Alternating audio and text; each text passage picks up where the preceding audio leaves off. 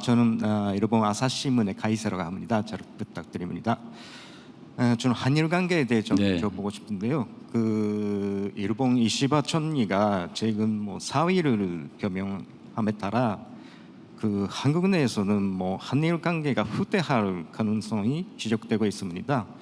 그 앞으로 일본 정부의 그 새로운 정부에 어떻게 대응해 나가실 생각이신지 궁금하고요. 또 역사 문제와 관련하여 사도관상 주도식이 올해도 한일 간 합의에 이르지 못해서 따로따로 개최된다고 합니다. 그 이러한 문제가 한일 관계에 미칠 영향과 앞으로 어떻게 대처해 나갈 생각이신지 그 말씀해 주시면 감사하겠습니다. 네, 참 어려운 얘기입니다. 한일 관계는 참 대북 관계만큼 어려운 것 같아요. 최근에는 대미 관계도 똑같이 어려운 것 같아요. 이 외교는 언제나 어려운 것 같습니다. 외교는 제가 평소에 가지고 있는 생각은 그런 건데, 우리는 보통 규칙 속에서 살잖아요.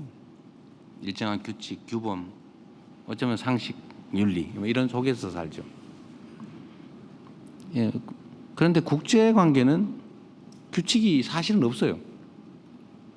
규칙이 있는 것처럼 행동하지만 필요하면 언제든지 규칙은 의미가 없게 되는 거죠. 사실은 없는 거예요. 그래서 어려운 것 같아요.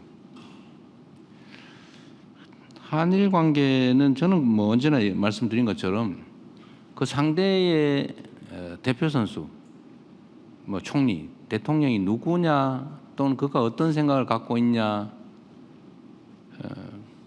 그게 중요한 게 아니고, 한일 관계에서는 저는 우리가 어려우니까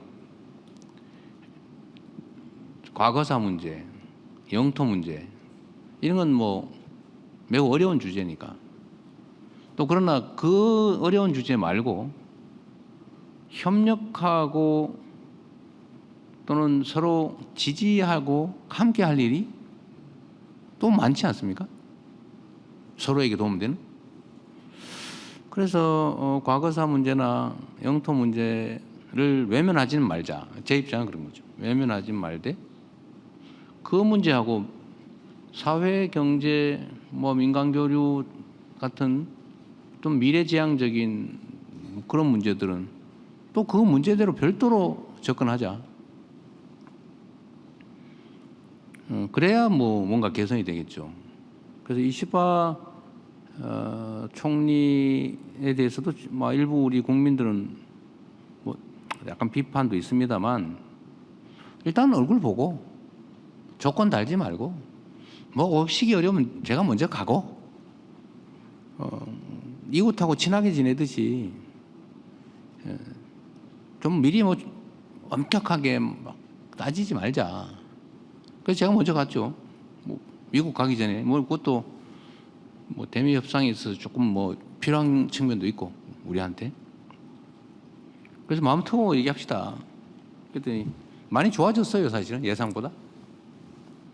아마 일본에서 저를 볼 때도 저 분명히 엄청나게 과격하게 나올 것 같은데 이렇게 생각을 했다가 아니네 라고 한 것도 있는 것 같고, 우리도 생각보다 얘기할 여지가 있네 라고 생각한 게 있죠. 사도광산 문제는 이시바 총리가 이제 사회무사를 밝히기 전에도 이미 우리가 협의를 했는데 의견 합치를 보기가 어려웠습니다. 그래서 이번에는 포기, 안 가는 걸로. 그거 가지고 싸우고 그러지 말자. 일단 협상은 계속 하되. 그래서 안 가는 걸로. 그것도 안 가는 게 엄청나게 싸우는 거기도 하죠, 외교적으로 보면. 근데 새로운 정부가 들어서면 어떻게 될 거냐. 아마 질문 속에 그 말이 있는 것 같아요. 이시바보다 더 힘들걸? 이라는 게 들어있는 것 같아요. 우리도 그럴 거라고 생각해요. 그러나 그건 일본 내부 문제고, 우리는 일본이라고 하는 나라, 또 가까운 이웃 국가하고의 관계에 관한 거니까 아직 누가 될지도 모르니까 뭐 비슷비슷하다던데 두 사람이. 되면 또 거기에 맞춰서 우리의 기본적 원칙 투트랙 전략에 따라서 협력할 건 협력하고 따질 건 따지고 규명할 건 규명하고 그렇게 해 나가려고 합니다. 특히 저는 경제적 분야에서 전 세계 경제 질서가 근본적으로 재편되는 상황이 있기 때문에 한일 간의 경제 분야에 대한 새로운 협력들이 반드시 필요하다.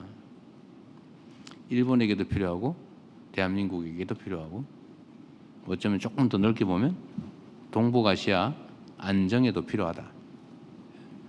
그래서 그게 가능하게 만들려면 건 당장 그 얘기만 해서 될 일은 아니고 협력 가능한 부분에 대해서 서로 여지를 두고 대화하고 또 좀 더 넓은 마음으로 가슴을 열고 서로 접근해야 되겠다. 그렇게 생각합니다.